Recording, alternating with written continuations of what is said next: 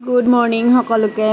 মোৰ এই ভিডিঅ'টো যিটো মই ৰেচিপি ভিডিঅ' এটা দিম সেইটো মোৰ বহুত দিন আগতে কৰা হয়। মাজতে মোৰ বেমাৰ হৈছিলে, সেই সময়ত মোৰ মাতটো ভাঙি আছে। এতিয়া মানে এডিট কৰি আৰু বেলেগ ভইচ নিদিলোঁ।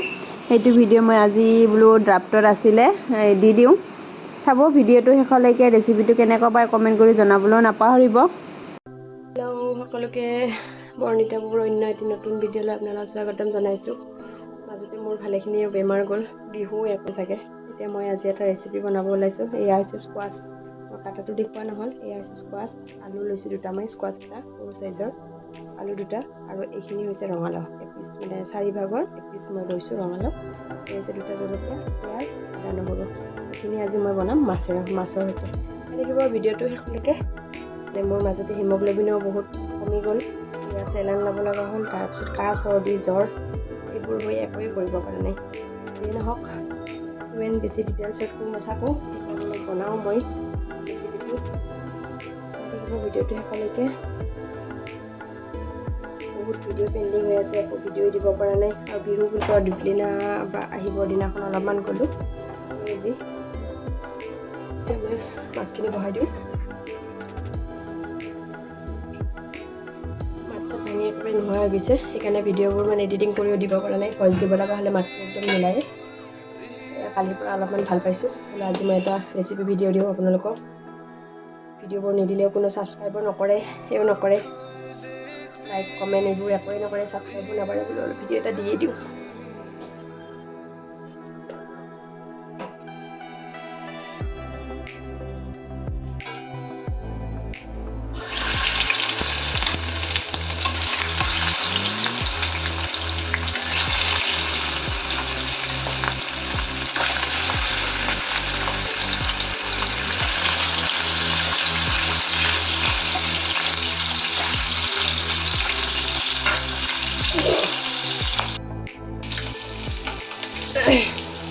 মোৰ কেৰাহীটো গৰম হৈ গৈছে, গতিকে মই তেল দিলোঁ।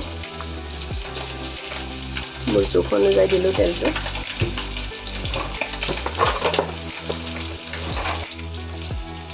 দিম মই আধা চামুচ জিৰা, এটা শুকান জলকীয়া আৰু তেজপাত।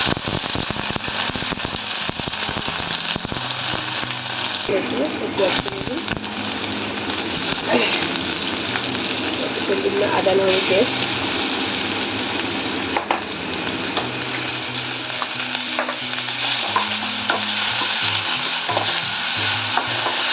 তেলখিনি বহুত গৰম হৈ গ'ল।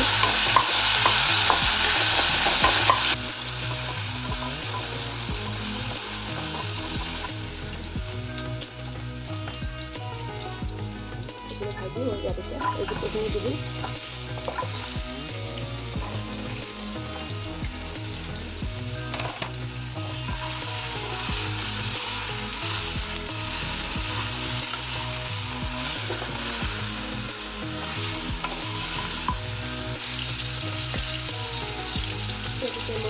নিমখ দিম 2 চামুচ, হালধি 1 চামুচ। এইখিনি এতিয়া মই কমকৈ সিদ্ধ কৰিম, ঢাকনি মাৰি।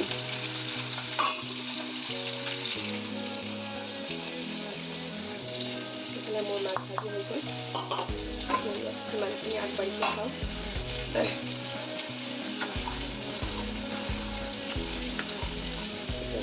আধা চামুচ ধনিয়া পাউডাৰ দিলোঁ। সৰু চামুচেৰে 1 চামুচ দিলোঁ জিৰা গুড়ি।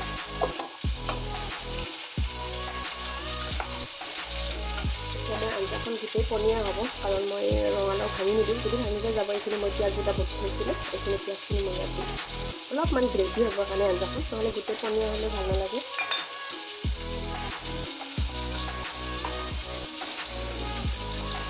পিঁয়াজখিনি ভাজি হোৱাৰ পিছত মই অলপ পানী দি সিদ্ধ কৰিম।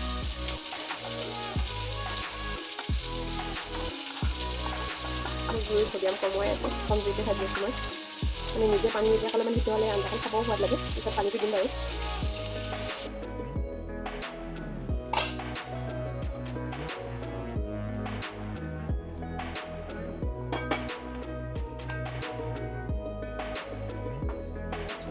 বঢ়াই দিম।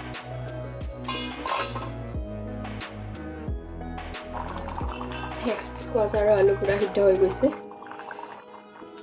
স্কোৱাছৰ পূৰা সিদ্ধ হৈ গৈছে, কিন্তু ৰঙালাও মানে 2-1 টুকুৰি আছে, বাকী চব গেলিয়ে গৈছে।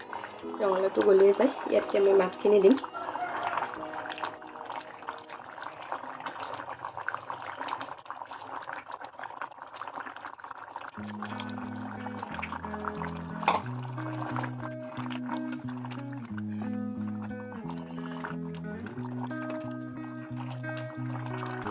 এতিয়া মই এইখিনি ঢাকনি মাৰি অলপ সিদ্ধ হ'ব দিম। তাৰপিছত মানে মাছখিনি যেতিয়া মানে লাগি যায় গোটেইখিনি মিক্স হয়, মাছৰ মাছ দিয়া যেন হয় আৰু এইখিনি এতিয়া মই ঢাকনি মাৰি অলপমান সিদ্ধ হ'ব দি দিম।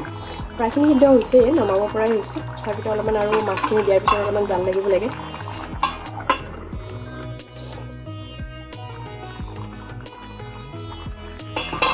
এয়া মোৰ আঞ্জাখন প্ৰায় ৰেডি হৈ গ'ল। এতিয়া মই নমাই থ'ম। কেনেকুৱা লাগে খাই আপোনালোকক জনাম বাৰু।